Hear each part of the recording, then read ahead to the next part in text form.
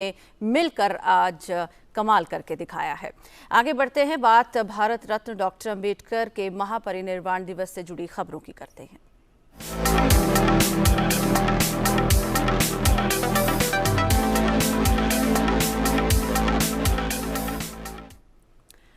आज संविधान निर्माता भारत रत्न डॉक्टर भीमराव अंबेडकर की पुण्यतिथि है। बाबा साहब भीमराव अंबेडकर ने भारत की आज़ादी की लड़ाई में सक्रिय भूमिका निभाई थी।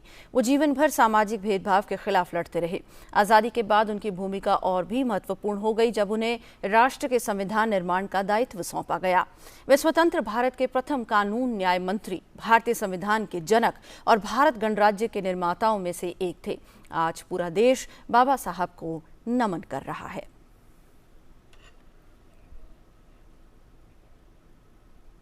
बाबा साहब भीमराव अंबेडकर एक ऐसा नाम जिसने पीढ़ियों को प्रेरित किया, जिनका खुद का जीवन संघर्षों और उपलब्धियों की मिसाल है। बाबा अंबेडकर एक ऐसा नाम जिन्हें संविधान का निर्माता कहा जाता है, एक ऐसा नाम जिन्होंने आजीवन समाज के निचले तबकों, महिलाओं और विशेषकर श्रमिकों के उत्थान के लिए बिना थके बिना रुके काम किया। आज उन्हें भारत रत्न अंबेडकर का महापरिनिर्वाण दिवस के रूप में उन्हें याद किया जा रहा है। 20 मार्च 1927 तब के बॉम्बे प्रेसिडेंसी का रायगढ़ जिला।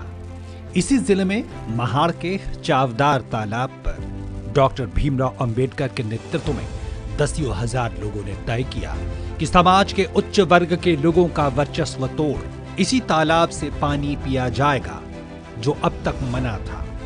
और ऐसा हुआ भी। लेकिन याद रखें कि महाड़ सत्याग्रह में सवाल केवल पानी का नहीं था, ये बुनियादी मानवाधिकारों की स्थापना का मुद्दा था। एक विश्व स्तर के विधिवेत्ता अंबेडकर को एक दलित राजनीतिक नेता और भारतीय संविधान के मुख्य शिल्पकार के तौर पर पूरी दुनिया में जाना जाता है।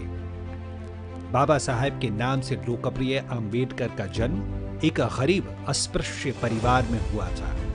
बेहद संघर्षपूर्ण स्कूली शिक्षा के बाद अपनी प्रतिभा के बल पर उन्हें कई स्कॉलरशिप मिले, जिसकी मदद से अंबेडकर ने विधि, अर्थशास्त्र और राजनीति विज्ञान में अपने अध्ययन और अनुसंधान के कारण कोलंबिया विश्वविद्यालय और लंदन स्कूल ऑफ इकोनॉमिक्स से कई डॉक्टरेट की डिग्रियां अर्जित की। भीमराव ने अपना पूरा जीवन जैसे देश के दमित वर्गों के उत्थान के लिए समर्पित कर दिया।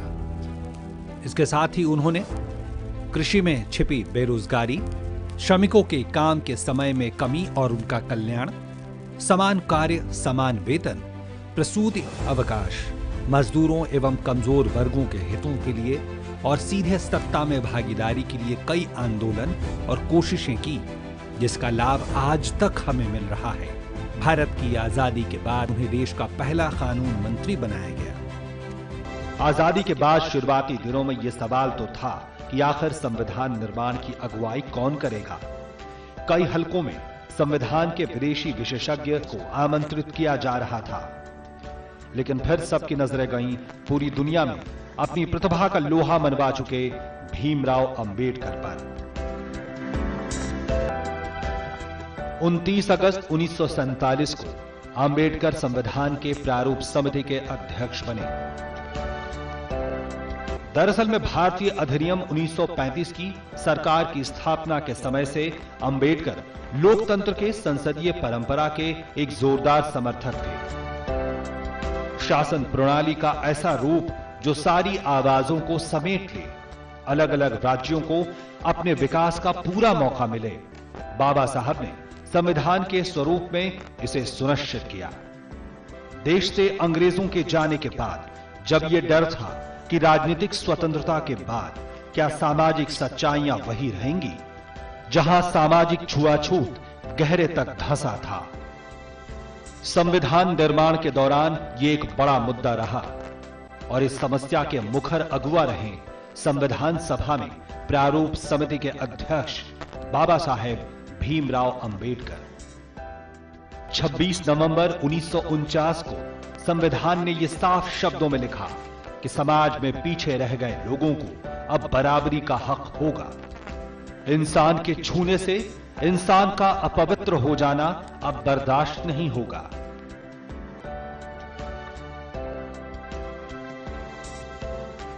अवसर की समानता को बाबा साहेब ने अधिकार में बदला और संविधान सभा ने इसे मौलिक अधिकार माना। अंबेडकर ने इसे संविधान का सबसे महत्वपूर्ण, सबसे खास हिस्सा माना।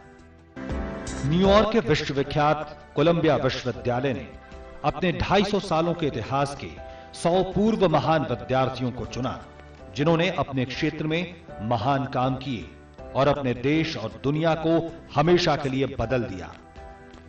इस लिस्ट में Franklin Roosevelt, David Eisenhower, Mikhail Saakashvili जैसे नाम थे।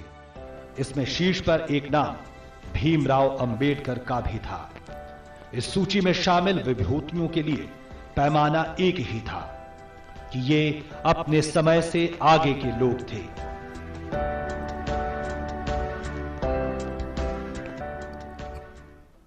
संसद भवन परिसर में आज डॉक्टर बी आर अम्बेडकर को श्रद्धांजलि